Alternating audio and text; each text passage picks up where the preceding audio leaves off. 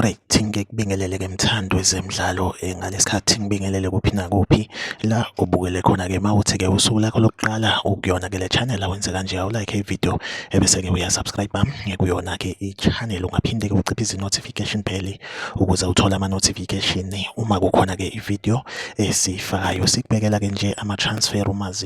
kuyiBetway Premiership sokubhekela lapha kuyigama gebula iOrlando Pirates nokuhlanganisa ke iqembu